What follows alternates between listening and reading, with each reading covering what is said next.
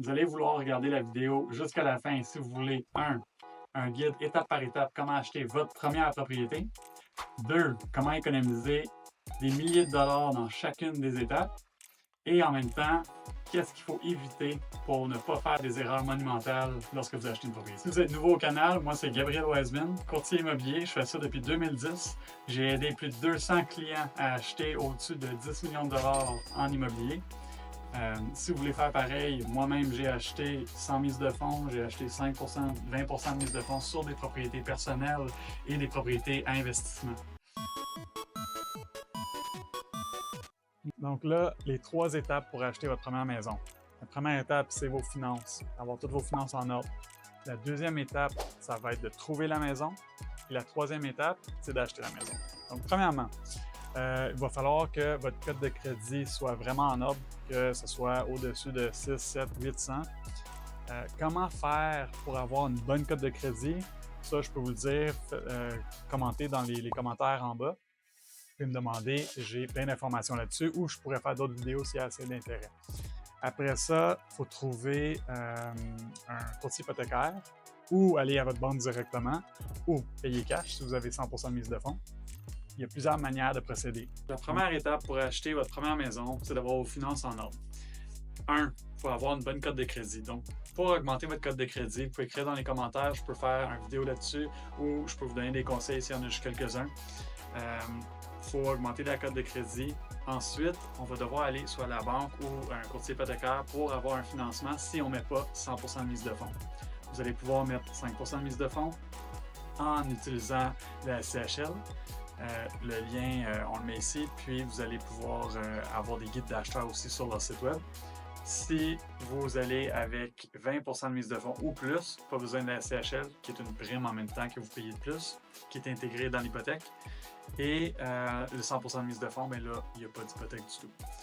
Pour 5 à 100% de mise de fonds, excluant 100%, vous allez devoir avoir une hypothèque.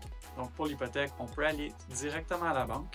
Si c'est le cas, assurez d'éviter l'erreur assez grande de prendre quelqu'un qui n'est pas associé juste aux hypothèques, donc un courtier hypothécaire de la banque.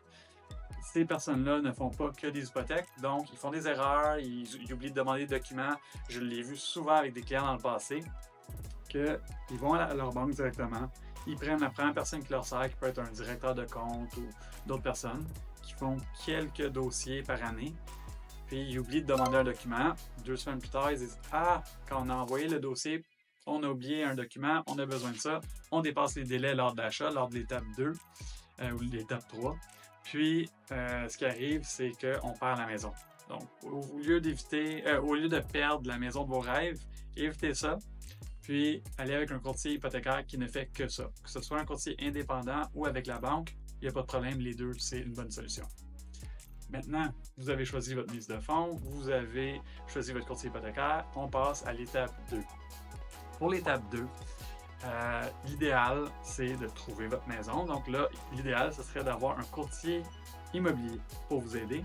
Si vous n'avez pas, vous pouvez chercher par vous-même aussi. L'important, ça va être d'avoir un portail, que ce soit sur Centris ou des sites web personnels comme Kijiji, les packs, du Proprio, sinon Marketplace. Il y a plusieurs manières de trouver une propriété, mais dans 98% du temps, ça va être sur Centris, une maison affichée par un courtier immobilier. Donc, dans ces cas-là, on va s'inscrire sur Centris si vous ne voulez pas un courtier immobilier, mais je vous recommande fortement d'en avoir un vu que c'est un service gratuit. Ils ont des outils pour justement faire l'analyse comparative de marché, qui est juste des gros termes pour dire que vous allez avoir une analyse du prix de la propriété pour s'assurer que vous ne payez pas trop pour une propriété qui en vaut moins. Donc, avec tous ces outils-là que le courtier a, il est bien outillé pour vous donner justement le meilleur service et d'avoir une bonne propriété que vous recherchez. Là, vous avez trouvé la propriété de vos rêves. Il faut ensuite faire une offre. Donc là, on tombe à l'étape 3 qui va être d'acheter la propriété. Comment qu'on fait pour acheter la propriété? Ça va être de 1. Faire une offre. Ensuite, dans l'offre, il va y avoir des conditions. Il va y avoir le financement, il va y avoir l'inspection, il va y avoir, ça dépend de la propriété, il peut y avoir un test de qualité d'eau, il peut y avoir plusieurs choses. Une autre raison d'avoir un courtier immobilier pour vous aider là-dedans. comment rédiger les offres, comment rédiger les clauses, tout ça, c'est des choses importantes. Il y a les dates qui sont très importantes aussi, le prix évidemment. Puis ensuite, la partie intéressante, la partie que tout le monde aime, c'est passer chez le notaire pour ensuite avoir les clés. Vous êtes découragé, vous êtes à la fin du vidéo, vous dites « Ouf, c'est beaucoup d'informations, c'est beaucoup de choses à faire juste pour acheter une propriété. Je pense que je vais continuer à louer ou je vais rester dans ma propriété, rester chez mes parents. » Faites-moi confiance, j'ai plusieurs clients qui ont été découragés à un moment durant leur recherche ou même avant de commencer la recherche. Faites-vous-en pas. On arrive à un point qu'on adore où est-ce qu'on est, où est-ce qu'on a acheté. On finit par être vraiment content de ce qu'on a fait. Je vais vous donner un exemple des clients. Ils ont fait des offres sur 13 propriétés, toutes refusées. Ou quelqu'un d'autre a gagné, quelqu'un d'autre l'a eu, ou on a fait une offre sur une propriété, on l'a eu, on a fait l'inspection, ça n'a pas fonctionné. Donc, au 14e, ils l'ont eu. Et maintenant, je viens d'aller à leur pendaison de crémaillère la semaine passée. Ils sont super contents avec la maison, même si leur processus a duré 2 ans pour trouver. Ils ont été hyper découragés à un moment durant leur recherche. Faites-vous-en pas, vous allez arriver au point que vous avez votre propriété. C'est une grosse récompense, puis ça vaut la peine. Donc, comment acheter votre première propriété? Vous avez vos finances en ordre, vous avez une bonne cote de crédit, vous avez votre mise de fonds, vous avez votre courtier hypothécaire, votre courtier immobilier, vous avez trouvé la maison de vos rêves, vous avez fait l'offre, maintenant vous avez les clés. Félicitations!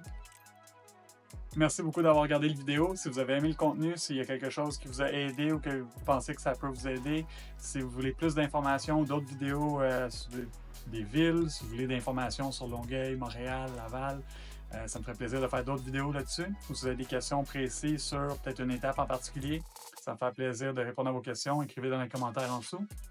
Puis si vous voulez m'aider parce que ça a été utile pour vous, s'il vous plaît, enregistrez-vous sur le canal ou envoyez-nous des informations, des questions. Ça va me faire plaisir. Merci.